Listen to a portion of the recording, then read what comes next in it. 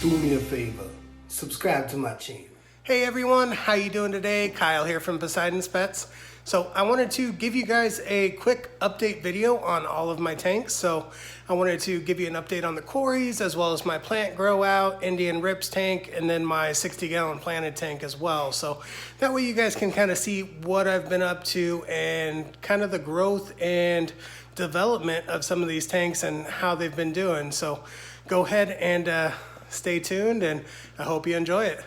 Real quick though, if you haven't already, do me a huge favor, hit that subscribe button, hit that like, leave me a comment down below on your favorite tank after this video. Let me know what you like, what you don't like, what you think I should change, if you think I should get some new fish. So thank you guys so much for watching. I definitely appreciate it. I love putting out content for you. It definitely makes me happy. So once again, thank you so much and stick around. All right, so first up we have the Cory tank. So you'll notice that I do have a couple mollies in here, and the reason I did that was I have my lights on 12 hours of daylight and 12 hours off. So I've been getting quite a bit of algae in here. This algae has been pretty frustrating, so it is taking over some of my Java moss as well as my Java fern. And it's not something that's gonna absolutely kill the plants in this tank, but cutting my light cycle down, I did shut it down to about 5 hours.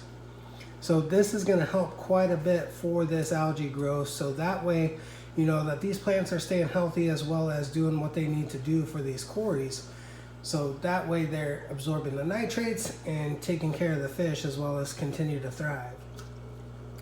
If you guys have been with me this long, you know that these Corys, I did hatch them myself from eggs. They've been growing up in this tank and doing really well. It's gotten to a point that they're not little babies anymore. They're actually little Cory fish. So I'm excited to see the growth on them. But at the same time, this is a candid moment from the Molly there. This is a sad time for me as well, because these are not fish that I raise to keep. These are fish that I am going to sell to local hobbyists as well as my local fish store. So I am going to keep a couple of them, but this is what keeps me in the hobby, growing these plants, growing these fish out, and continuing to help everybody else in the hobby. One way I do that is being able to contribute to it and growing these fish out and providing for them until, the day comes that, hey, I gotta let my little fish go. I've gotta send them on to somebody else that can love them. So you can see that these guys have been doing really well. They've gotten super big. I don't really have to chop their food up super fine anymore. They're eating regular fish size food. So I drop a half a cube of brine shrimp in there and drop an algae wafer in there, just regular food, and they kind of scavenge for themselves.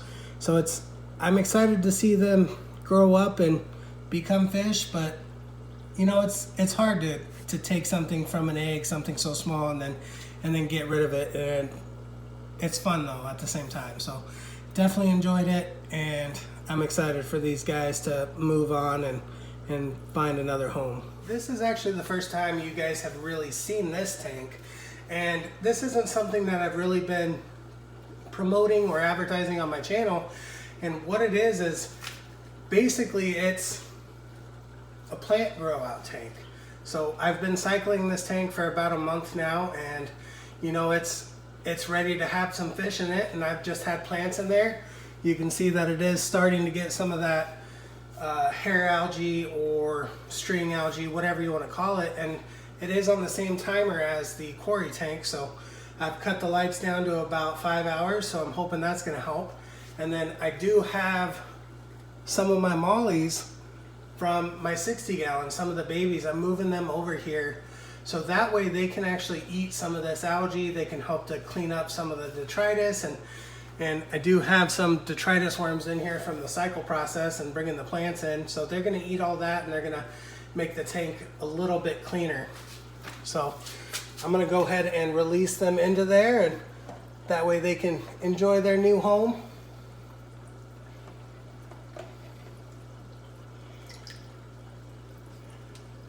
And I did acclimate them. They've been in there for about 20 minutes now, getting used to the temperature. and it's all the same water parameters. I just use regular tap water. The only tank that I actually use RO and remineralizer is for my shrimp tank. Remineralizer, say that 10 times fast. So it is gonna be fine for them. I know you may be saying, a 20-gallon long for mollies, what are you thinking? But they're babies. This is a grow out tank. This isn't gonna be a permanent home for them. You know, there was too many of them in my 60-gallon, and I needed to do something with them. So separating them out here is going to help with that as far as the nitrates in the 60-gallon, but it's also gonna help them grow out a little bit. So that way, you know, I can rehome these guys too. And, you know, they don't really there's really no market for them. If you've ever had mollies, platies, guppies, swordtails, they really do breed so prolifically that you can't find anybody that wants to buy them, but you can definitely find people that are gonna take them from you and give them a good home, so that's good. So in this tank, I do have 2 Java Fern mats. These are just coconut core mats that the Java Fern has been attached to, and I bought these from the Mike Squared over at Plants and Fins, and they've been doing pretty good in here. I have some loose Java Fern as well, and what I'm going to be doing with these Java Fern is I'm actually going to be attaching them to cholla wood. So you can kind of see here, I've got it going a little bit in the Cory tank, but that's my ultimate goal. Is I'm going to attach this Java Fern to the cholla wood, so that way I can start to produce these nice centerpieces, and you know, somebody else can enjoy it as well, but I can also supplement this hobby.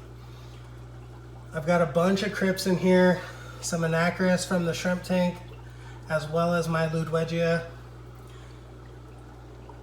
So there's quite a bit of detritus and mold in here, and that's just from cycling the tank and squeezing out other filters in here. So I'm excited to see how this tank goes. I've got my frog bit going in here. That has been very successful for me. My next video that I want to do is I actually want to show you guys how I grow frog bit, how I do it successfully, and that way, you know, if you are buying plants from me, you can see how I do it and how you can have the best success with it. And you know, most people may look at this tank and be like, that tank's disgusting, bro. Like that tank is gross. And you know, this is a living thing. It's a living ecosystem. And there's gonna be some stuff that's gross in there. This isn't something that we're doing to really be pretty. I know you do have your show tanks, but this is utilitarian. Like I always say, is I don't build my tanks to be pretty. I enjoy my fish. I enjoy providing the best environment for them. I enjoy my plants. I enjoy providing the best environment for them. So it may not be pretty. It may not be to everybody's taste, but it works for me. So this is my 60-gallon planted tank, and you'll notice that I removed my hang on the back filter. So I've had a love-hate relationship with this thing, and I'm not a big fan of it because it blows the top water so much that I can't have any floating plants in there. My frog bit doesn't do well in this tank. My duckweed gets blown all over, gets sucked into the hang on back, so I finally removed it. The plants are doing well, the crypts are growing. I've got a few extra crypts in there that I didn't have before, Amazon sword, Java Fern, and one of my friends, Ryan, brought me some hornwort and some guppy grass, so I've got that in there now. It's kind of just floating around. I'm going to be moving here in the next month, so I really don't want to do any major overhauls on any of the tanks because I know I'm just going to have to dig it all up and start over. So right now I'm kind of just throwing stuff in there and letting it do its thing and float around and do whatever it wants. I have some Ludwigia that I clipped off of one of my plants in the shrimp tank, and it's got quite a bit of algae in there, so I'm hoping that my Siamese algae eater will see that and get to it. And more of that hornwort, more of the guppy grass, and I'm just kind of letting it float around. I've got some jungle val in here that I've added recently. Once again, that was from Ryan, so appreciate that, dude. My anacris. If my Cory stopped digging it up, it would do well, but it does better when it just floats around the tank. So right now, all I have is those 2 large sponge filters in there. I'm gonna watch the parameters and kind of see how it goes. All my fish are hiding because of the water change. And you'll notice this guy. So this is one of my molly babies, and it's pine coned out. So he's got bloat really bad. And I had come across something in this tank that I didn't know what was happening.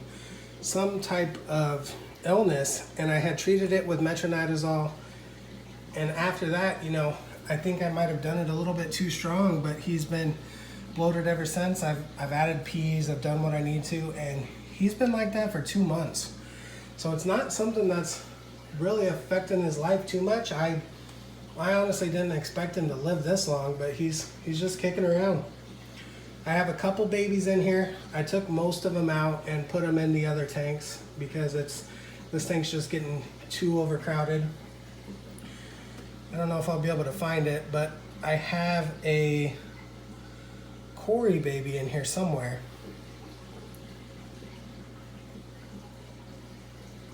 And he kind of likes to hide. But anyways, he's about the same size as the other ones that are in the other tank. But overall, this tank's doing good. My pothos is doing well. So I'm happy with how this tank's going. And it looks good. I'm excited to see how big the plants get and kind of go from there. So I know you guys are excited about this. This is the tank that you've been waiting for. So without further ado, I give you Indy and Rip. All right, guys, so these are my buddies. If you haven't watched any of my videos before, this is Indy, my Oscar. He's about 2 years old now. I have recently adopted another Oscar, Rip for short, and he's getting huge. So if you've seen the other videos, he's getting massive, and I'm definitely excited for both of them. They're doing well. They don't get along at all, which of course now that I will announce, I've decided to keep Rip.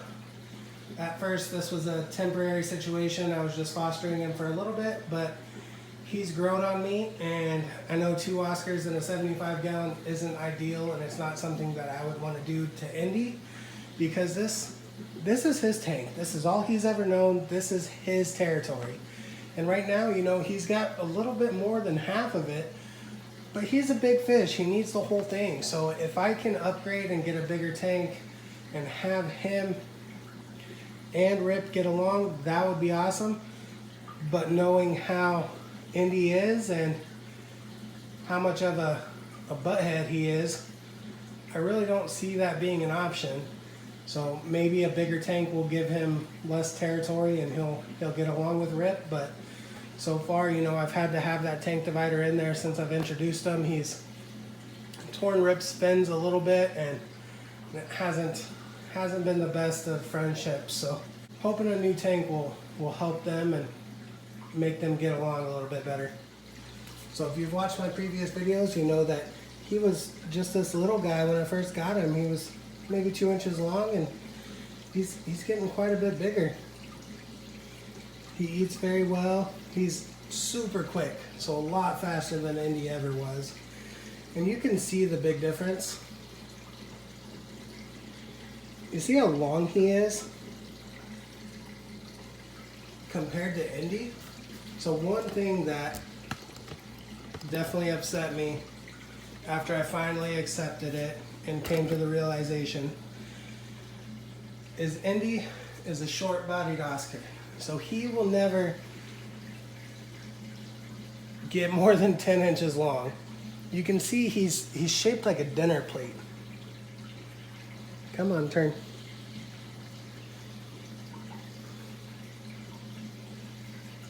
So you can see how wide he is. He's super tall. He's about 4 inches tall. And then width-wise, he's about 9 inches. So Rip It is gonna outsize him really fast, because Indy is never gonna get to full-grown Oscar size because of whatever genetic deformity that he has. And if you are friends with me on Facebook, you can see his baby pictures and you can see how tall he is. So he's not gonna be a long fish. You can see how his spine is shaped and it is arched quite a bit. So he's not gonna get much bigger than this. I know Rip is gonna outgrow him. So I'm hoping once Rip kind of catches up in size that, you know, Indy will back off a little bit and they'll get along, but you never know with cichlids. Each fish is different and each tank is different. So depending on how you have it set up. So if I can give them enough territory and space that they can be friends, then hopefully it works out, you know. But as always, guys, thank you so much for watching. I definitely appreciate it, you know. And do me a huge favor, if you love me, you love my fish, you love my videos, go ahead and hit that subscribe button. Definitely helps me out a lot. And then you can get up-to-date notifications of what I do and all my shenanigans in my fish room and all my shenanigans with my fish. And, you know, hit that bell. You know, that's what they say, right? They say, hit that notification bell so that way you get notified. You know exactly when I do things. You'll see it. So thank you so much for watching. Definitely appreciate it and enjoy the rest of your day. Who thinks we're keeping Rip and you're getting another tank? Yeah. Eventually. These would be things that you need to tell me before I listen to your damn video.